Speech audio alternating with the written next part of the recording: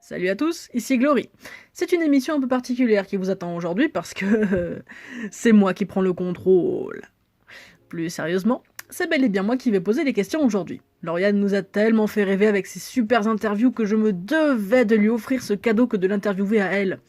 Poser les questions, c'est bien sympa, mais nous, ce qui nous intéresse, en plus des réponses des autres, c'est bien son propre avis sur ses propres questions. Alors préparez-vous, mettez-vous à l'aise, prenez-vous à boire ou à manger, et c'est parti. Vas-y, je suis chaude. Je suis préparée, j'ai des choses à dire. Allez, Eh ben, on va tu casser me des dis. culs. Commençons par le commencement. Tu préfères qu'on t'appelle par ton prénom ou par ton pseudo? Bah, en fait, les deux, c'est mon prénom, donc C'est vrai, toi, tu as triché. j'ai pas triché, je manquais d'imagination. Et je me suis dit, quitte à choisir, bah choisir son prénom. Pour qu'on s'adresse à toi, tu souhaites être genré de quelle manière? Féminin. Nous prenons note de cette information. Alors, Y'a rien qui va. nous allons commencer avec la première catégorie de questions. L'identité autour du blader. Est-ce que tu es prête? Est-ce que t'es en train de m'imiter, là? Non. Ah, ouf. Non, je te promets que non. Parce que là, j'allais me dire, mais attends, je parle comme ça. Et je ressemble vraiment à ça, mon Dieu, c'est une catastrophe. Vas-y, je t'écoute. Alors, première question. C'est pas comme Comment si je et quand... connaissais les questions par cœur. Ouais, ça va, ça va. Alors, comment et quand as-tu connu Beyblade? Alors la première fois que j'ai connu Beyblade, c'était en 2012, enfin autour de 2010-2012 quand j'étais plus jeune. Je jouais Ouais. avec ma voisine et en fait bah, elle a arrêté et par la suite j'ai arrêté parce que quand on est tout seul on arrête. Tout à fait. Et j'ai tout vendu. Bravo, bravo, on ne te félicite pas. Ouais t'as pas mieux fait toi alors tais-toi. Et, Ouais. et en fait après bah, j'ai repris en 2018 grâce à une ex-relation qui m'a permis de reprendre Beyblade par nostalgie autour des MFB et finalement bah, j'ai gardé le truc. Que représente Beyblade pour toi aujourd'hui? Aujourd'hui, c'est beaucoup de rencontres, beaucoup de partage. Ouais, c'est beaucoup de rencontres super sympas avec des gens. Même si c'est virtuel, ça amène toujours de la vraie vie. Enfin, tous ceux que j'ai pu rencontrer Exactement. virtuellement, à un moment T, je suis amenée à les rencontrer dans la vraie vie.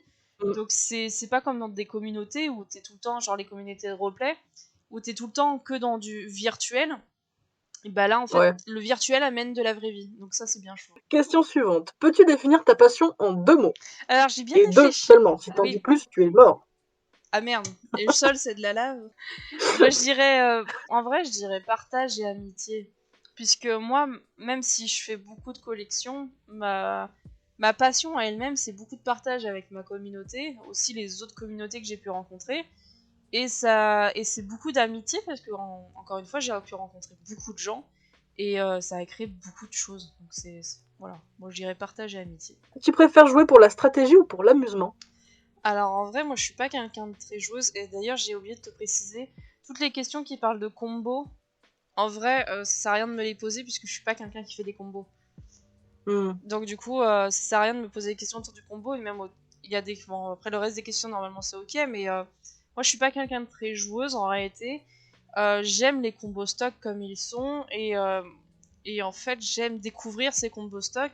Mon jeu à moi, comme je joue très peu, je vais pas dire que ce soit pour une stratégie ou pour l'amusement, c'est peut-être un mélange des deux quand je m'y mets, mais j'y joue tellement peu que je peux pas vraiment dire est-ce Ouais. que c'est pour... je dirais plus pour la découverte en elle-même, mais pas pour un amusement ou une stratégie pure, quoi. Ton Beytuber d'enfance, si tu en as un.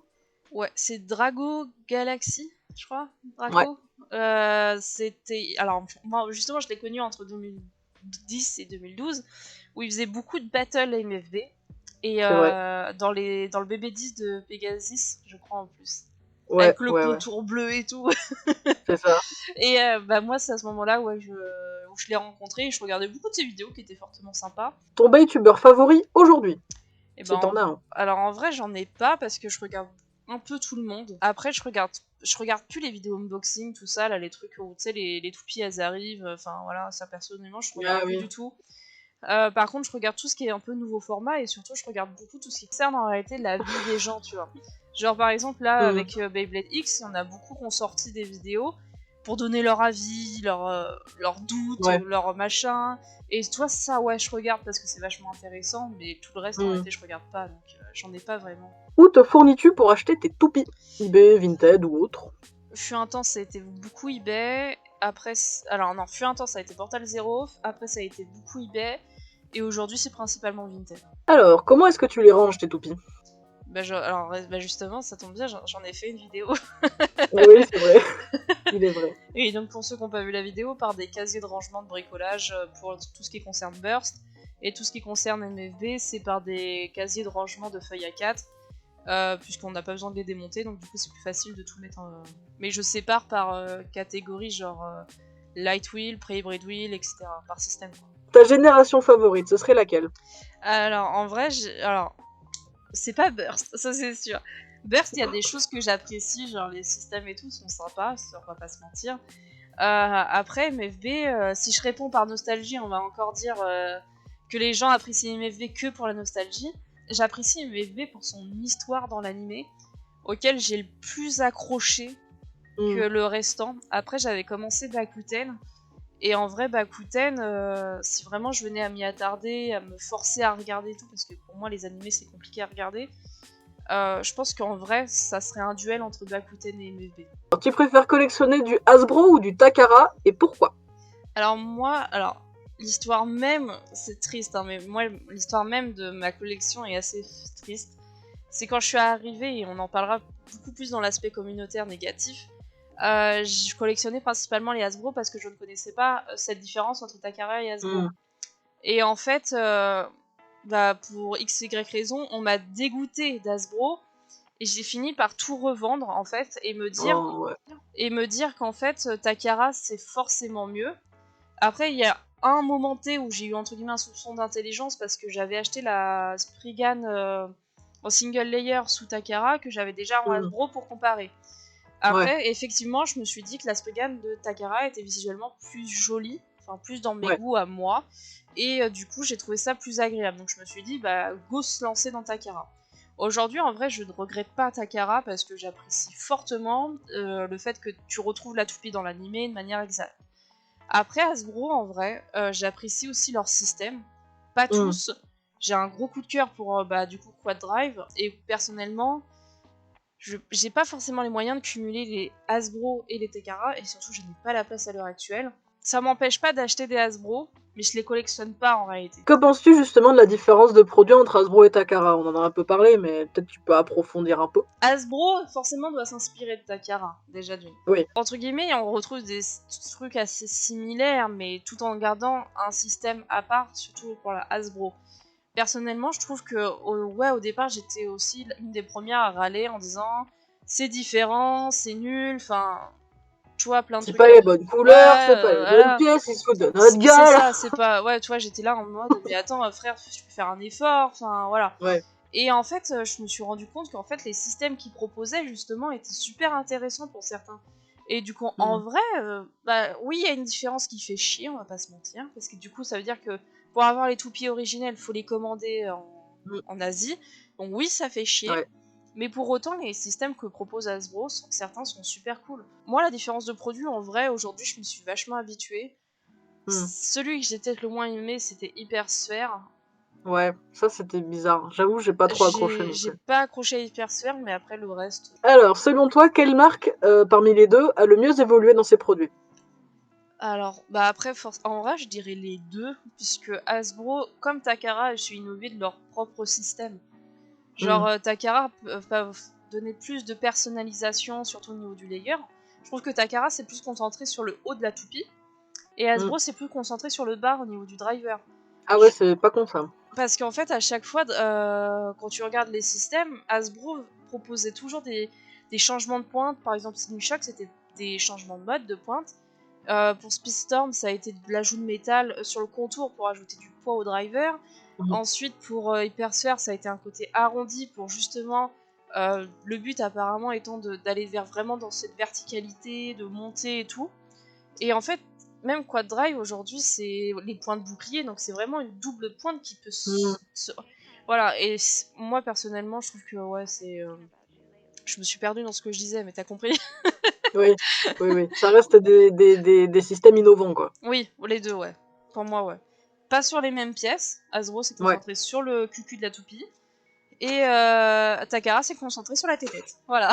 Alors, le métier de tes rêves autour de Beyblade, arbitre, coach ou autre? Sans surprise, arbitre. Euh, En vrai, arbitre, mais pas arbitre, genre simple arbitre qui va compter les points dans un match de foot. Je te parle d'un arbitre qui, lui, va aider justement les joueurs. Oui, un arbitre qui fait du coaching aussi. Ouais. Ouais, tu vois, Un arbitre coach. Ouais. Un coach arbitre. Un coach-bitre.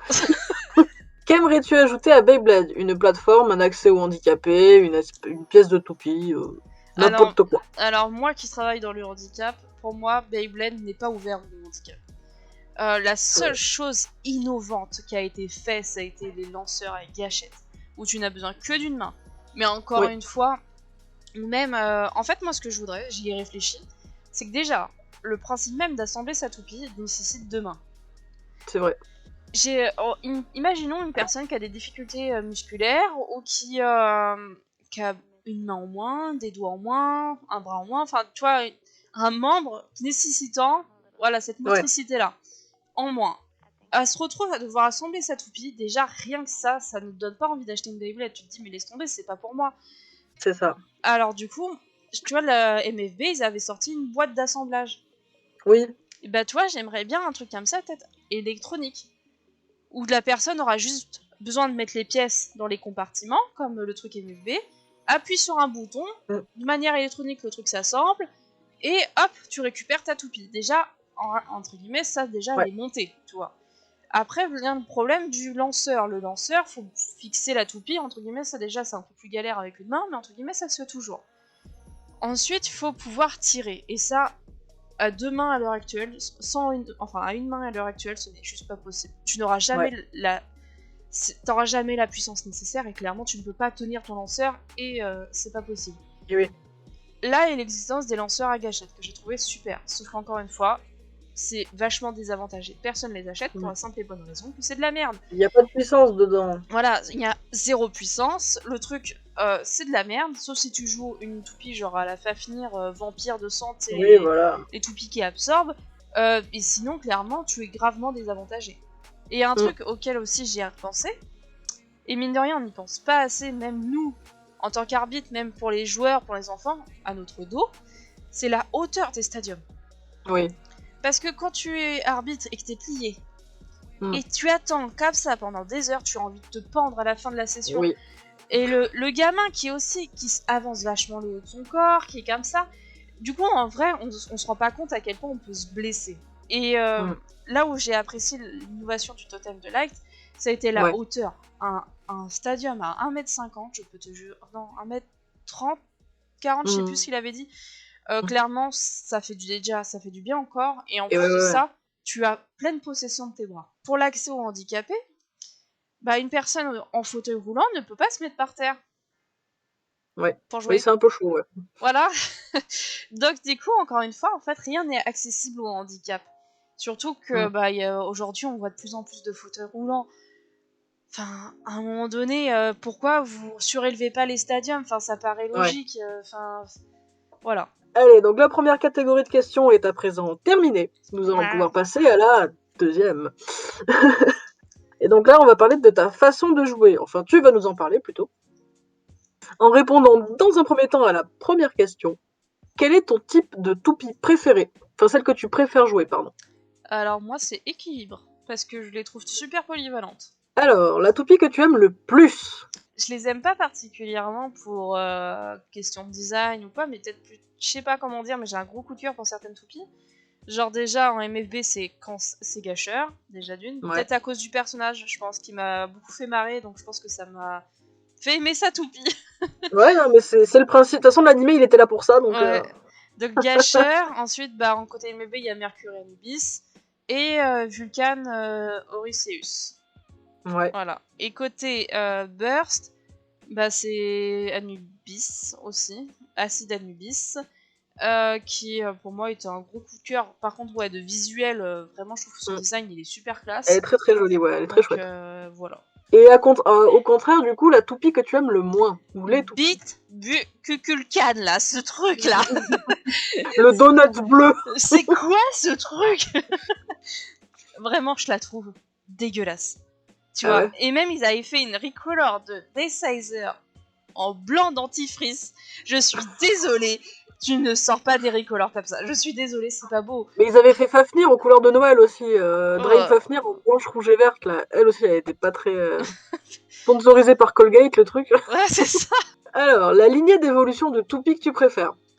Alors moi, j'ai beaucoup apprécié Alors, pour autant, ils n'ont pas beaucoup d'évolution, je l'admets. Mais c'est le Kerbellus pour Burst et Daysizer aussi pour Burst. Je trouve que Daysizer a super bien évolué pour son design et Kerbellus a super bien évolué d'un type défense. Je trouve que les deux ont bien évolué. Ta toute première toupie, c'était quoi? Tu t'en rappelles? Alors pour MFB, je me rappelle pas du tout. Je me rappelle seulement que j'avais certaines toupies, genre comme Tempo, etc. Je t'avais déjà dit. Bixis, Tempo, enfin des trucs assez basiques, surtout du Metal Master. Ensuite, pour Burst, ça a été Acid Anubis. L'objet le plus cher de ta collection, à ton avis? Alors, en vrai, j'ai beaucoup réfléchi, mais je possède beaucoup de Price Bay, de Random Booster. Donc, je pense déjà que si je regarde les prix à l'heure actuelle, il y en a certaines qui coûtent plus de 100 €. Il y avait Ryuk qui m'avait offert la Mercury Anubis Silver.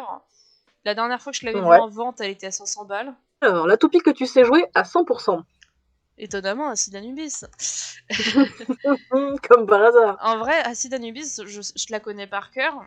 Je connais après là, ça fait un moment que j'ai pas joué, mais je connais ses mouvements par cœur parce que justement, quand je collectionnais les Hasbro, j'avais Acid Anubis en toupie de référence et elle devait combattre toutes les autres que je possédais. Ouais. Donc pour moi, je la connaissais par cœur parce que je connaissais ses défauts, comment la lancer pour rectifier ses défauts, etc. Donc pour moi, je dirais le combo stock, donc Yell Orbit. D'ailleurs, la preuve, c'est le seul combo que je connais les pièces. Voilà. Mais ouais, c'est Acid Anubis. La toupie que t'arrives pas du tout à jouer pour le coup. Alors moi, c'est toutes les toupies d'attaque. Alors vraiment, je leur veux du mal à ces toupies.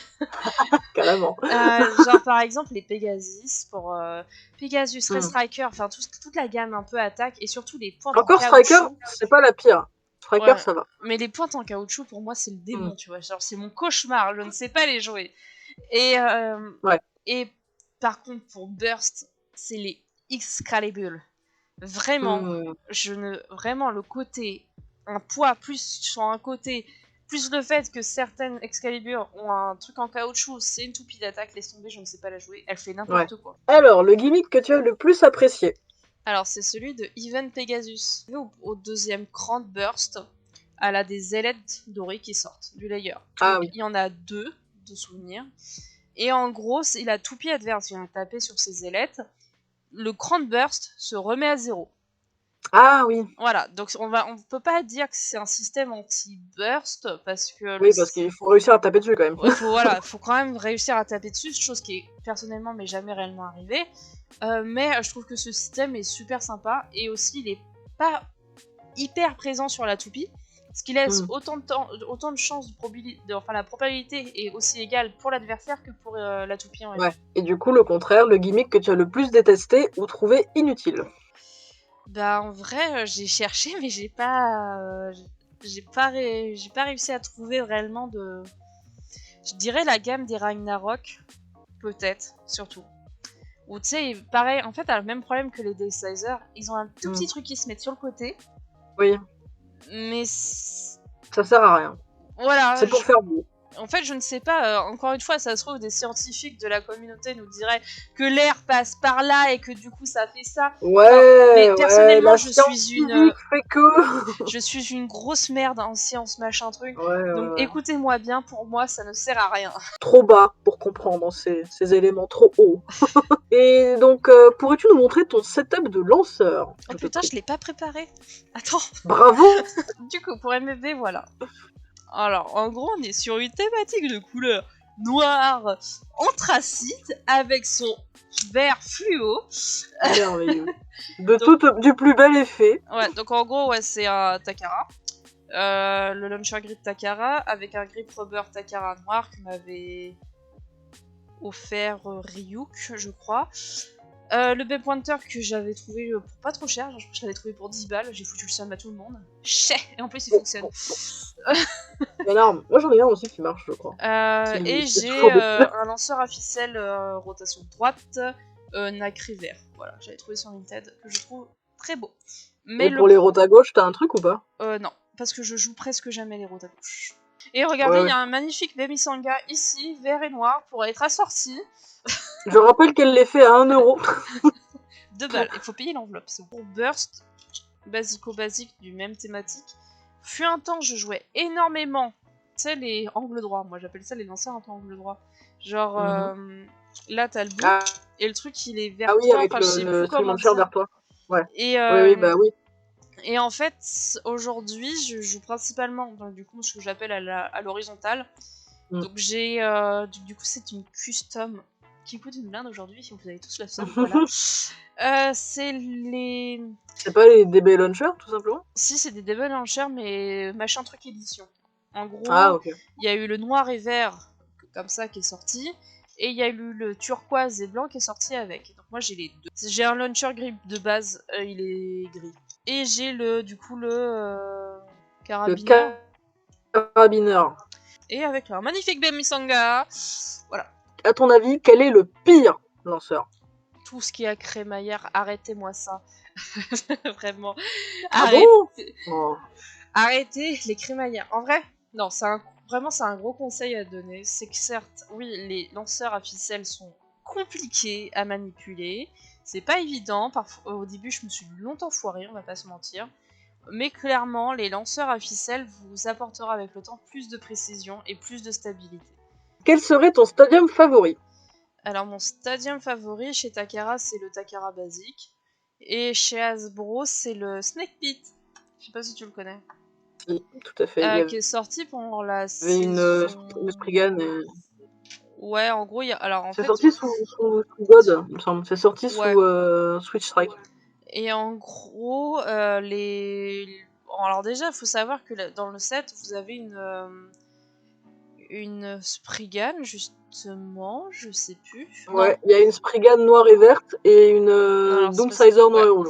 Alors c'est la Deathsizer en fait que je suis en train de penser. En fait, il faut savoir que dans l'épisode de l'animé où il vous présente le Snake Pit, vous avez les toupies d'ombre, enfin les trucs machin. Et oui, il y a des méchants qui ont les mêmes toupies que les personnages principaux. Mais en mode honte. Ils sont méchants, alors ils sont noirs et rouges. Et justement, en fait, c'est la seule recolor de ce truc-là. En gros, Hasbro a sorti cette tricolore de Deathsizer en mode toupie ombre.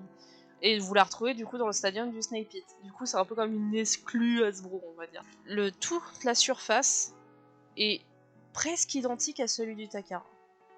Ah, bien. En gros, bon, t'auras pas les deux lignes là, c'est du tornado et machin. Tu les auras pas, mais pour autant, je trouve que le diamètre et tout, la profondeur, tout reste vachement similaire. T'as rien au milieu. Après, franchement, ce qui est dommage, c'est que du coup, par contre, les murs et les points de sortie... il y a des pointes dessus, je crois. Non, pas dans celui-là. Et les murs et les points de sortie sont assez rapprochés. Du coup, ça... Je trouve ça un peu bof. Mais par contre, visuellement, il est juste super joli. T'as le côté transparent des serpents sur toute la longueur. Enfin, personnellement, je trouve qu'il est très très joli. Et franchement, il fait très très bien. C'est vrai qu'il est très sympa. Et enfin, dernière question de cette catégorie. Trouves-tu le jeu Beyblade équilibré? J'aurais tendance à dire oui, par système. En gros, si tu prends qu'une génération, enfin un système, par exemple GT, les toupies entre elles sont équilibrées. Tu prends Super King, les toupies entre elles sont équilibrées. Tu viens mélanger chaque système, pour moi, il y a un déséquilibre qui se fait. Après, chacun entend midi à 14h, c'est ce qu'on dit. Oui. Voilà, chacun aura son avis sur la question. Personnellement, je suis un peu de la team. Single layer en stock ne pourra jamais battre une DB en stock. Exactement. Jamais. Ça c'est Après, indéniable. pour moi, c'est une question de probabilité en custom. Même si tu es réfléchi au meilleur des combos, selon moi, c'est une question de probabilité avant de battre l'autre. Parce que je sais pas si ça a réellement été modifié ou si c'est les pièces qui ont modifié ça, mais pour moi, la résistance au burst est largement moindre sur les débuts de saison qu'en fin de saison. En custom, why not? parce que j'ai pas expérimenté. De ce que je vois, il y en a qui expérimentent, mais ça a l'air plus d'une question de probabilité. En termes de stock, en système, oui. Ouais. Ensemble, non. Alors, catégorie suivante, les compétitions. As-tu déjà participé à un tournoi, joueur comme arbitre, et qu'est-ce que tu en as pensé? Alors, j'ai participé en... Participerai. Participerai. Décidément, la langue française se fait charcuter ce soir. Mais En vrai, tout va bien. j'ai participé du coup, mon premier tournoi arbitre, parce que je n'ai jamais joué, j'ai toujours été arbitre, a été au Leclerc-Olivet grâce à Ryuk qui m'a invité pour être arbitre et tout avec elle. J'ai plutôt bien géré, j'étais très angoissée. Elle m'a beaucoup épaulée, et du coup j'ai trouvé ça super cool de sa part. Ouais. Et pour le coup, franchement, ça m'a fait de ouf kiffer. Ensuite, j'ai participé du coup à la finale de la Battle League à Paris. Ouais. J'ai détesté au plus haut point. Ouais. En tant qu'arbitre, en vrai, je prenais mon plaisir, je prenais largement mon pied, je trouvais ça trop bien, on gérait les poules. Enfin, mais par contre, clairement, j'aurais été sans Stardust, laissé tomber, je serais partie, je pense. Parce que on nous laisse de côté avec des règles qu'ils supposent que tu connais. Sauf qu'il y a des notions, même moi, je n'aurais jamais deviné toute seule. Enfin, je sais pas, je suis pas devin, je peux pas deviner que on a changé telle règle à la dernière minute. Donc voilà, du coup, moi, j'ai été retrouvée en grosse difficulté. Déjà que de base, j'avais des problèmes personnels. Ensuite, j'ai appris plus tard que j'avais le Covid, donc forcément, c'était... Voilà. Moi, j'étais en j'étais en grosse surcharge sensorielle, vraiment. En vrai, je ne sais même pas comment j'ai fait pour ne pas péter un câble en milieu de tout le monde. J'étais toute tremblante, j'étais pas bien, j'étais en grosse crise, étalée sur plusieurs heures, j'étais en crise. J'en ai fait une vidéo justement pour parler de ça, où vraiment ça m'a aidé à lâcher mon sac. Mais vraiment, c'est ce qui m'a fait beaucoup détester cet événement. Et surtout, ça a été la maman qui m'a harcelée, qui a été méchante avec moi, qui m'a pris, voilà, parce que j'ai fait une erreur d'arbitrage, qui avec le recul, je l'admets, j'ai fait une erreur d'arbitrage, à cause encore une fois de la fatigue, de mes problèmes de santé personnelle à prendre en compte, problèmes psycho et physiques aussi, qu'il y avait beaucoup de bruit, beaucoup de monde, une pression monumentale parce que quand même il y avait l'équipe Hasbro. Personnellement, j'avais l'impression de jouer mon poste puisque je ne les connaissais pas. Et que j'aurais aimé pouvoir retravailler avec eux pour le futur. Franchement, ça aurait été... Voilà, moi, personnellement, quand je vois que les gens reçoivent des colis exclusifs avec des bonnets Quad Drive, moi, ça me fout le seum. Avec des stadiums qui coûtent 70€. Voilà.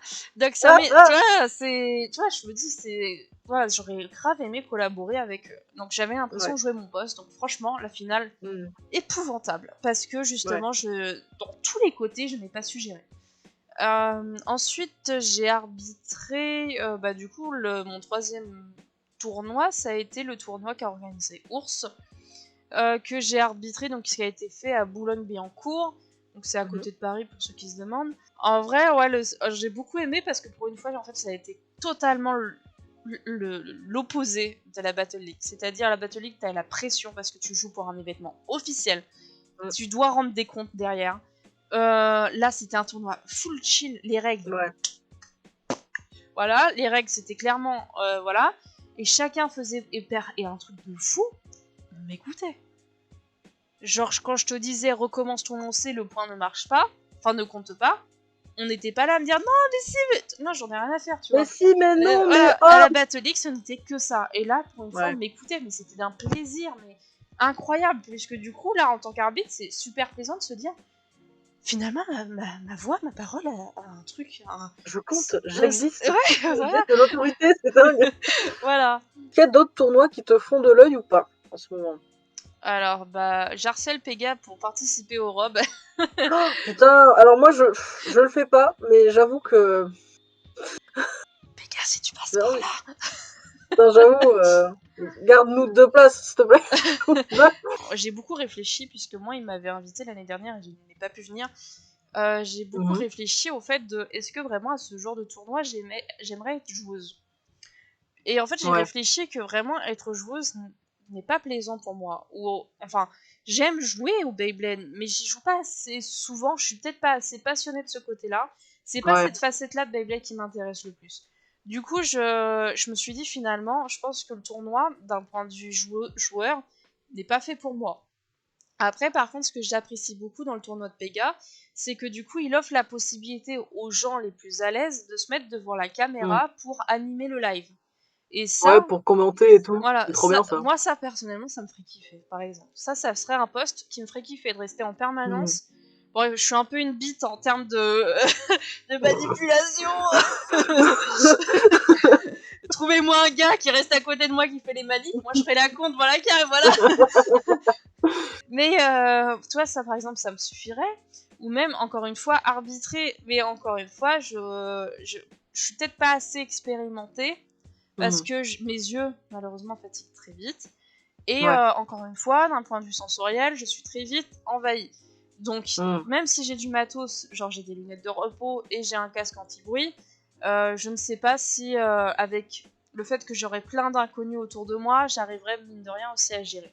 Le Mm. robe 2 au travail, au shot, j'étais là avec mon téléphone, j'étais là en train de tout regarder, toute la soirée, toute la night, j'attendais, j'étais là, vas-y, vas-y, vas-y. Et du coup, vraiment, et même, tu vois, quand je rencontrais, je voyais des gens que je connaissais, j'étais là, vas-y, Playmaker. Et après, j'étais là, vas-y, Azrael.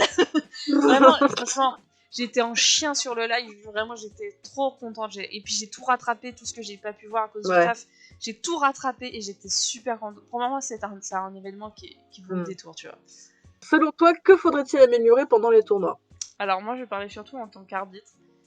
Arrêtez de faire chier, vraiment, genre, vraiment. Au foot, où vous avez un carton jaune, vous avez un carton rouge. La personne lave le carton, c'est fini pour vous.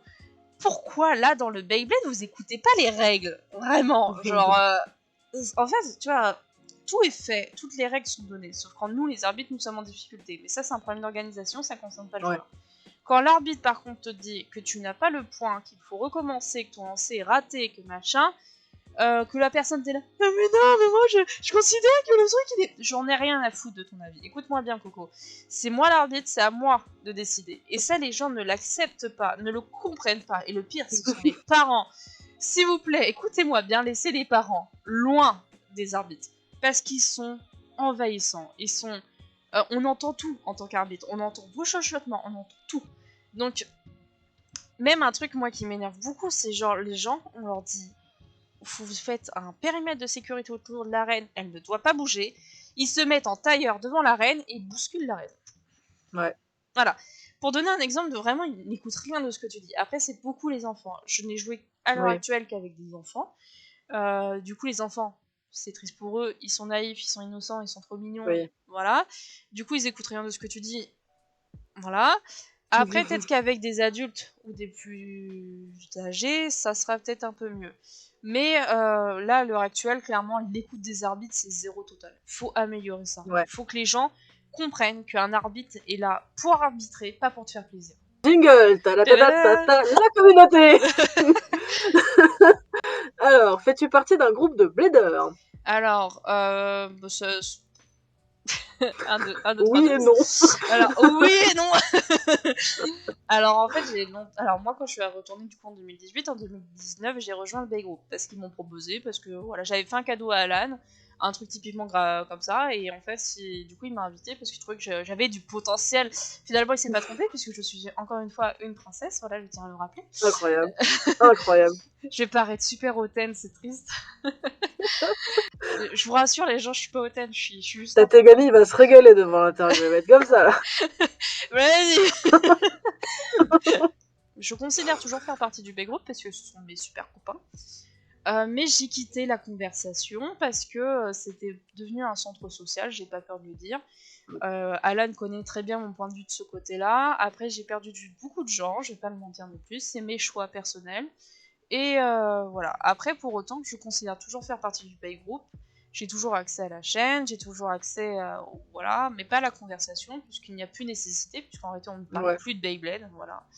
Et, mais voilà, ça n'empêche que je parle toujours en privé aux personnes membres du Bay Group. Donc voilà, je considère que oui, je fais toujours partie du Bay Group. Après, je considère pas faire partie de la team Beyblade Espace, parce que je suis pas assez proche de ces gens-là, de ce peuple-là, mais... Ce peuple. de ces gens. Je suis pas assez proche d'eux, même s'il y en a certains où je parle plus facilement en privé avec eux, mais on reste assez vague, c'est pas comme le B-group où on parlait avec plus d'intimité. Avec Bébé d'Espace, on est plus en surface d'amitié, on va dire. Même malgré tout, j'apprécie de plus en plus ces gens-là, et on va dire que vous pouvez me retrouver facilement sur leur Discord. Mais on va pas dire non plus que c'est mes super copains au point que j'estime faire partie de cette team. Des projets communautaires que tu aimerais mettre en place, peut-être? Des projets communautaires que j'aimerais mettre en place, en vrai à l'heure actuelle j'en ai pas, parce que j'estime en avoir déjà fait beaucoup. Voilà, alors déjà là je suis bien occupée avec les interviews du Blader, ça me permet déjà en fait encore une fois de rencontrer des gens, de discuter avec eux de manière un peu plus intime, et ça franchement ça vaut de l'or. Des projets que tu as déjà mis en place, du coup? Alors j'ai tout noté parce que j'en ai fait beaucoup.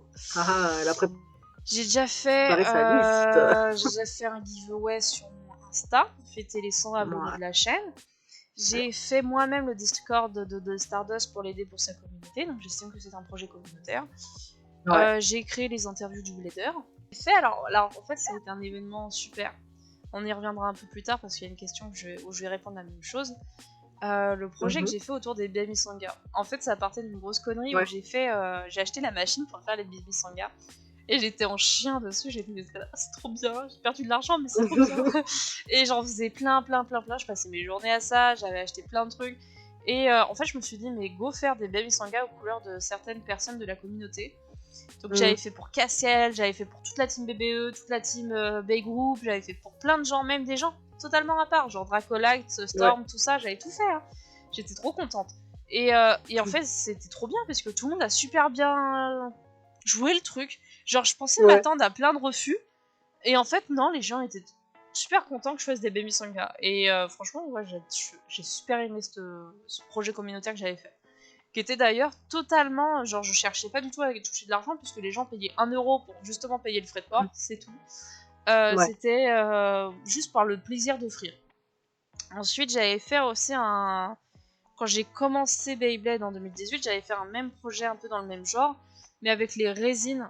En fait j'avais fait les pseudos en résine, donc j'avais fait Ryu, j'avais fait Stardust, j'avais fait mon père, j'avais fait pour moi, j'ai fait plein de trucs pour moi.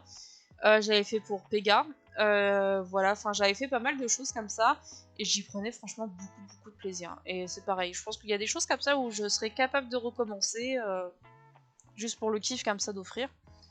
Et ensuite, gros projet communautaire, et je pense que ça a été le plus gros qui m'a pris le plus de temps, beaucoup de mois, ça a été la notice. La notice, ça a été beaucoup de difficultés, parce que se heurter à des difficultés qu'on reparlera après. Mais ça a été beaucoup de difficultés et beaucoup de non-connaissances de ma part qu'il fallait que je comprenne et que je mette sur papier. Et aujourd'hui, j'ai réussi à la terminer. J'en suis super heureuse, mais ça a été des grosses difficultés. L'événement qui t'a marqué le plus positivement?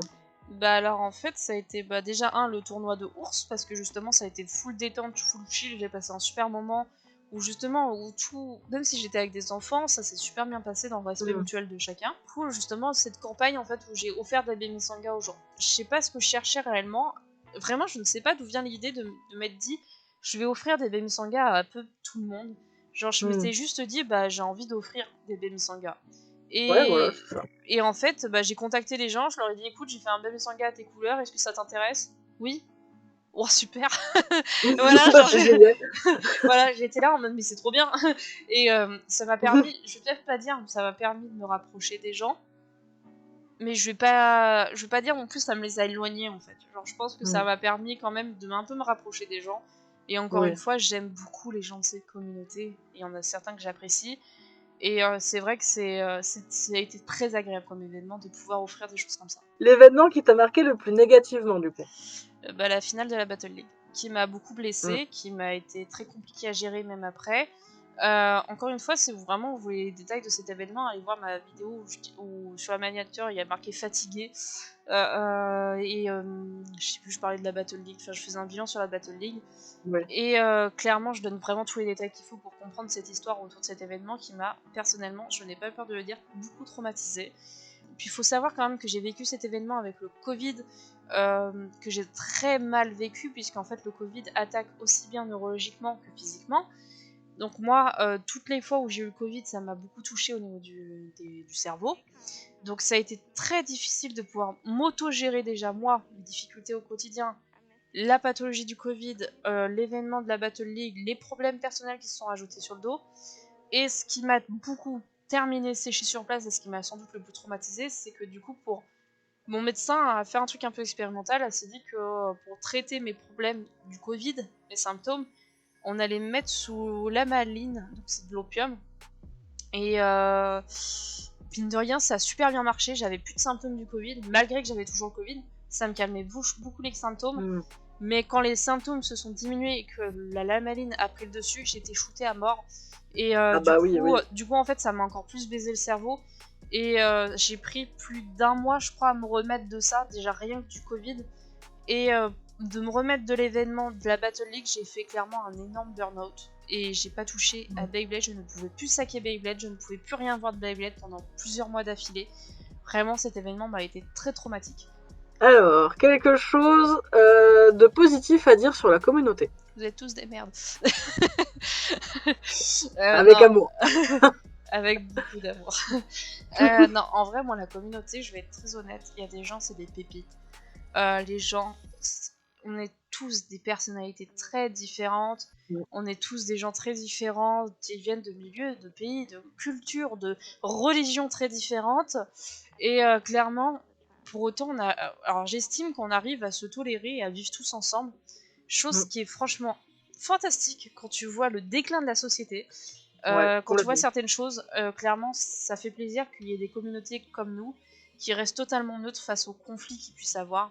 Et vraiment, là-dessus, je suis vraiment trop contente. Et même, il y a des personnalités, clairement, elles sont hyper chaleureuses, elles sont super sympas. Et vraiment, dans toute difficulté, je pense qu'on retrouve notre âme sœur Beyblade, clairement, dans cette communauté. Et vraiment, c'est tout ce que j'ai à dire de positif sur la communauté, où vraiment les gens, certaines personnes sont vraiment des pépites. Et n'ayez pas peur de discuter avec les gens. J'estime que vraiment tous ceux que j'ai rencontrés, timide que je suis, très maladroite que je suis, on ne m'a jamais mal accueillie, on m'a toujours pris comme j'étais, et vraiment c'est vraiment bien. Je trouve que vraiment cette communauté montre un certain taux de bienveillance assez cool. Et du coup, quelque chose de négatif à dire sur la communauté. Alors il y a tout ça. Ah ouais. Long. Alors en vrai, je pense que ça va durer un moment. Alors moi, on va partir de la base même de ma passion. Encore une fois, on va parler du dilemme Hasbro-Takara. Je suis arrivée dans la passion en 2018. En 2019, j'ai officiellement, entre 2018 et 2019, j'ai un peu farfouillé ma passion entre me dire j'ai envie de défendre Hasbro parce que je commençais à prendre connaissance du problème avec Takara. Et je me disais, mais en fait, Hasbro, c'est très bien. Et en fait, j'en suis pris littéralement plein la gueule parce que au départ, j'ai pas toujours été Lauriane Beige, j'ai eu d'autres pseudos, d'autres innovations de compte Insta, de chaîne et tout, où je m'étais amusée à faire 2-3 trucs où je me cherchais clairement dans ce que je voulais faire. Clairement, vu que je parlais que de Hasbro, je m'en suis pris plein la gueule. On me disait clairement, Hasbro, c'est de la merde, comment tu peux acheter cette merde? Clairement, ça a été les propos, hein. Ou Takara, c'est largement mieux, tu joues Hasbro, c'est que t'es une merde. T'es débutante, Hasbro c'est pour les débutants, Takara c'est pour les joueurs professionnels, c'est-à-dire que toi tu t'es qu'une gamine. Enfin voilà, j'ai eu des propos comme ça, clairement, tu vois, ça fait partie des trucs où aujourd'hui je prendrais les gens et je leur taperais la tête violemment contre mon bureau, je pense. C'est ça. Ou clairement, je trouve que déjà la vie en France sur Hasbro, Takara, la vie a avancé, je trouve que c'est un peu amélioré. C'est pas toujours trop ça, mais clairement je trouve que ça a été très épouvantable pour moi à ce moment-là, et clairement, la communauté à ce moment-là, je la détestais au plus haut point. Ensuite, ça a été l'histoire des mythfakes, où je me suis fait harceler pendant 1 semaine par une personne sur Insta, parce que j'avais acheté la Sagittario, j'étais contente, et il m'a dit « Ah, c'est une mythfake !» Et je lui ai dit « Bah, je m'en bats les couilles, puisque pour moi, une mythfake est clairement une invention. Techniquement, c'est une vraie toupie, mais qui a été rééditée plus tard avec quelques défauts de moule. Ça, c'est pas une fake, merde. Voilà, et du coup, je dis mais en fait je m'en fous. Et la personne, littéralement, j'ai fini par devoir la bloquer, puisqu'elle ne faisait que de me dire tous les jours, t'as pas honte d'avoir une mythfake? après cet événement, j'ai eu le dilemme de Baygroup BBE.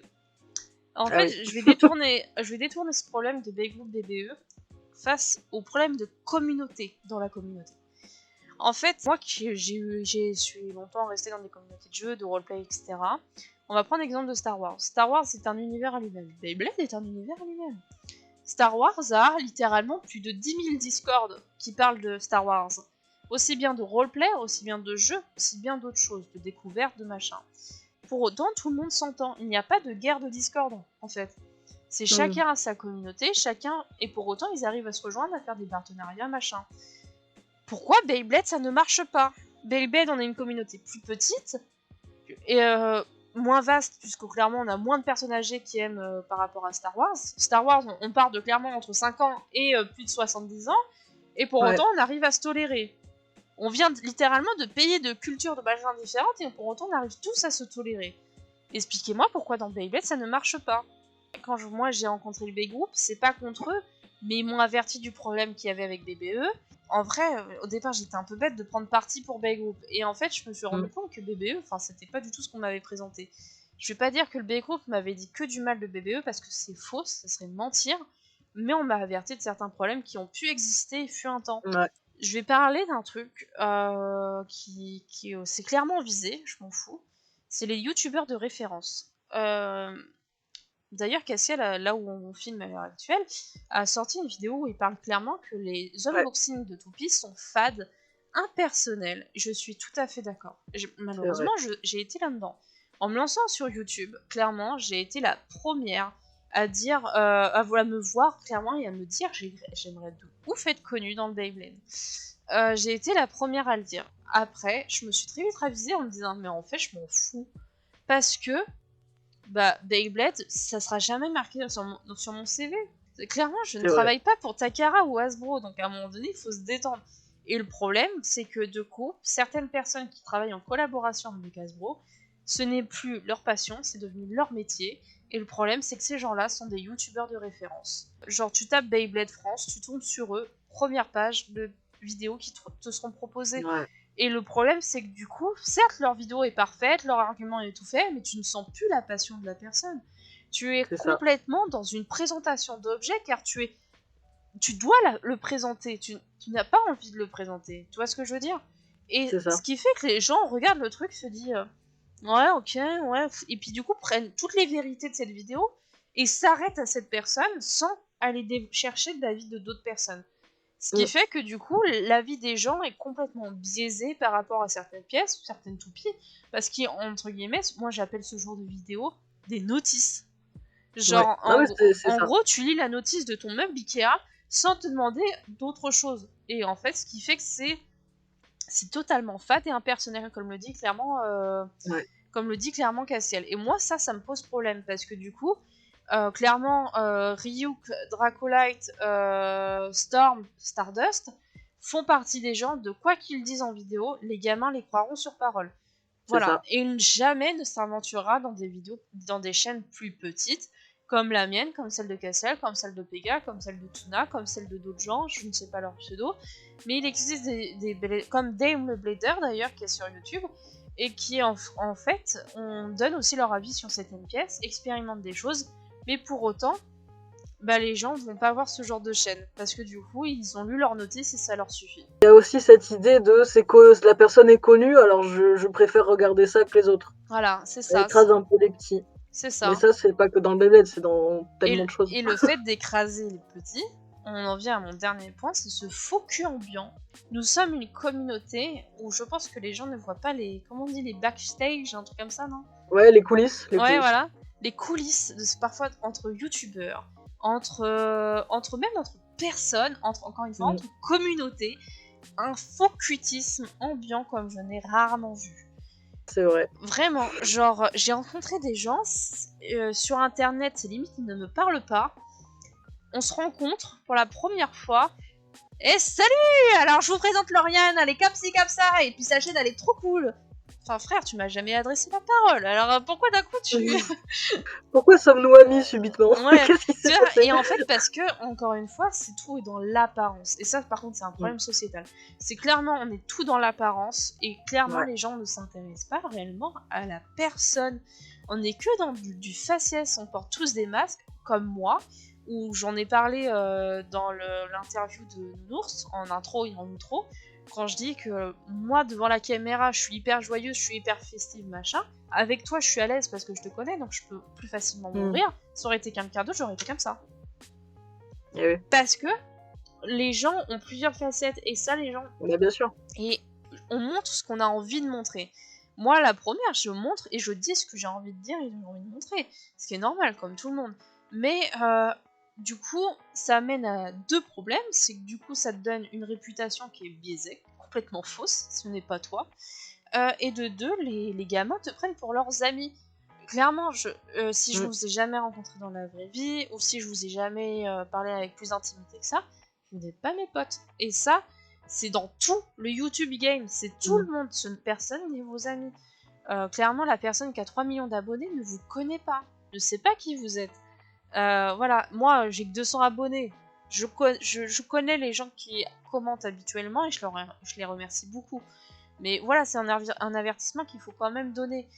Et ce qui est aussi, encore une fois, montrer ce qu'on veut, mais c'est pas la réalité de ce qu'on est derrière la caméra, par contre. C'est ça. Parce qu'une fois que la caméra elle est coupée, on change totalement. C'est Complètement. totalement. Et ça, je l'ai bien remarqué. Alors, nous allons pouvoir passer à la suite après cette petite séance de sel intense, sponsorisée par la baleine. Et on va pouvoir aborder le sujet du rapport au manga et à l'anime. Alors, toute génération confondue, à quel personnage tu t'identifies le plus? À Shu Kurenai. Alors en fait, j'ai pensé à Shu par rapport à mon histoire. Shu, moi il me rappelle beaucoup moi qui a la persévérance quand je suis arrivée dans le monde de Beyblade, où j'ai persévéré, j'ai vu les gens même qui arrivaient au même moment point, qui arrivaient mieux à comprendre que moi. Donc j'étais dans cet effet de persévérance, de vouloir vraiment m'entraîner à H24 pour persévérer, pour comprendre le truc, pour comprendre le système. Enfin, je pense que c'est aussi pour ça, malgré tout, j'ai fait ma notice, parce que je voulais vraiment persévérer à comprendre Beyblade. Chose que je ne comprenais pas au début, tu vois. Et Shu Kurenai, à un moment donné, dévie totalement dans la noirceur. Et j'ai été quelqu'un, je ne le suis plus, j'ai été quelqu'un qui a vécu cette noirceur. Et qui a vécu ce masque, entre guillemets. Voilà, je l'ai vécu, et Shu, du coup, je m'identifie très facilement à lui. Et ce qui m'a beaucoup touché, tu n'as pas vu Super King, mais les gens qui ont vu Super King comprendront, c'est qu'il va avoir son propre reflet avec lui. Comment il s'appelle le mec qui possède Lucifer? Lane. Lane, en fait, pareil, aura le même développement, va être dans cette noirceur, et Shu va vouloir le sauver parce qu'il a connu cette noirceur et qu'il veut l'aider. C'est qui ton personnage préféré? Dans MFB, c'est Nile. Voilà, je suis fan de Nile. C'est... Ah oui, ouais. Oui, c'est le proprio de Orpheus. Ouais. En vrai, et Ouais, moi, il en est vrai, charismatique, le mec, il est beau gosse. oui, il est beau gosse, voilà. Il est BG. En vrai, j'apprécie beaucoup Nile. En vrai, je sais pas, je saurais pas expliquer pourquoi, mais quand il est là, je suis contente. Voilà. Happy. Et pour Burst, je dirais que c'est Gwen. Donc c'est un peu le personnage androgyne, on savait pas trop. Oui, la Reine des Neiges. Ouais, avec Genesis, qui a un gros problème à comprendre les émotions des gens autour du Beyblade, à machin. Et je trouve que justement, ce côté, rajouter un personnage avec des difficultés un peu plus psy par rapport aux autres, je trouvais que c'était super intéressant, et du coup, j'ai beaucoup aimé ce personnage. Le personnage que tu aimes le moins? Alors moi, c'est tous les personnages un peu genre Valt, Dante, les frères Isashi là, alors Yuga et Karu. Eux, je les aime pas non plus. Belle. Moi, je m'amuse à les appeler Monsieur Coq et Captain Pomme de Pain. Voilà, donc vraiment, je ne peux pas me les voir. Vraiment, ils crient déjà. Ouais. Puis je sais pas, genre je les apprécie pas. Tu préfères le manga papier ou l'animé? Le manga papier, parce que je ne supporte pas les animés au même problème que je citais précédemment, à cause des émotions qui sont trop surjouées pour moi. Mais le manga papier, parce que clairement c'est plus facile à lire pour moi, et je trouve que du coup je perds pas l'âme du truc. Et d'ailleurs le manga papier de Beyblade est super intéressant, donc ça vaut le détour. Que penses-tu de la saison 7 produite par Hasbro? C'est Quad Strike, je crois. Alors la saison 7, en vrai, j'ai regardé un peu de loin, j'ai regardé un peu les avis de Playmaker sur le sujet, un peu ceux de Pega aussi. Ça a pas l'air dégueu, mais ça a pas l'air incroyable non plus. Après, dans la continuité des saisons que j'ai loupées, je vais bien entendu regarder. J'ai pas réellement d'avis positif ou négatif pour le moment sur le sujet. Alors, la question que j'attendais un petit peu depuis le début. Que penses-tu? Enfin, moi, je vais la twister un peu, parce que toi, tu demandes des attentes pour la prochaine gen. Et moi, je vais carrément dire, qu'est-ce que t'en penses? Parce que là, on a quand même pas mal d'informations qui sont arrivées depuis. Alors, au début, j'étais clairement la première à dire, c'est nul à chier. Clairement, c'est des... Les designs, pour moi, des layers, qui s'appelleront plus layers, d'ailleurs. Non, c'est des Blade, je crois. Ouais, Blade, voilà. Et en gros, pour moi, il était dégueulasse à souhait. Je trouvais les designs super laids. Enfin, le truc avec la chip au milieu, qu'est-ce que c'est ce truc? Vraiment, en fait, au départ, même, j'ai cru que c'était une giga fake. Genre, pour moi, c'était une grosse fake news où tout le monde s'accordait. Et pour moi, c'était clairement du giga fake. Et en fait, finalement, avec le développement des pièces, aussi la variété des pièces, même s'il y a beaucoup de similitudes avec les autres générations, je trouve que clairement, ça a l'air d'envoyer du bois, vraiment. Ça a l'air d'être pas mal. Je trouve que même moi, ce qui m'intéresse le plus, c'est la pointe, où je me demande comment elle va être, comment on va pouvoir la mettre dans ce système-là. Comment tout ça va se brancher? Est-ce qu'elle a un ressort ou non? Enfin, tu vois, comment tout ça va s'assembler et comment tout ça va encore une fois se désassembler puisque ça va burst. Donc en vrai, ça m'intéresse beaucoup au niveau du système. J'ai beaucoup de curiosité. Sans aucun doute, je collectionnerai les Beyblade X, ça c'est sûr.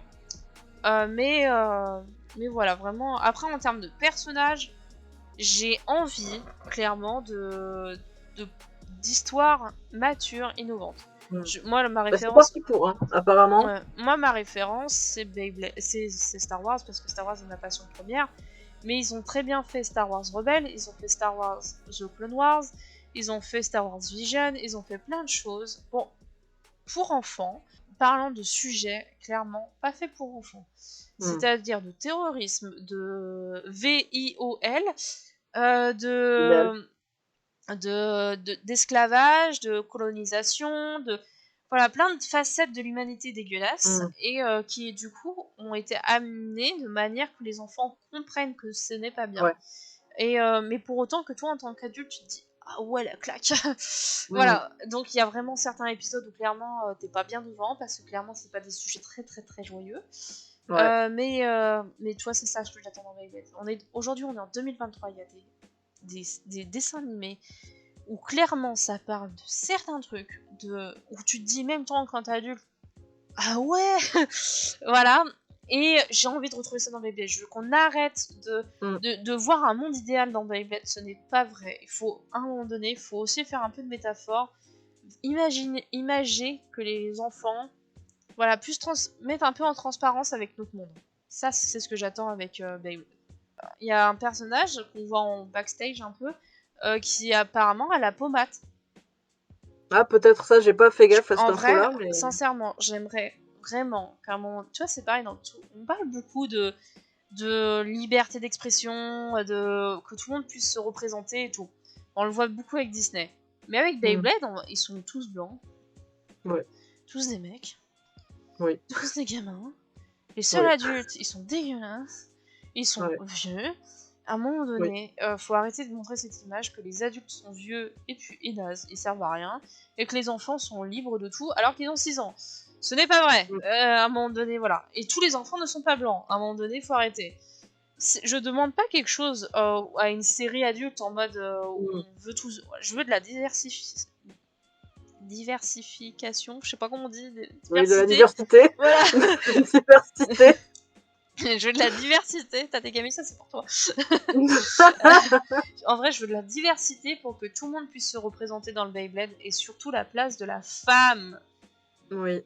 Écoutez-moi, là, une femme. Là, c'est bien parti parce que ne serait-ce que dans le casting principal, ils nous ont toujours pas présenté le personnage principal, Bird, je sais pas quoi là, Bird machin. Mais ils ont présenté une nana qui apparaît 2 fois. Le même personnage qui apparaît sous 2 facettes différentes. Est-ce qu'ils ont décidé de nous pondre une Une bipolaire, je ne sais pas.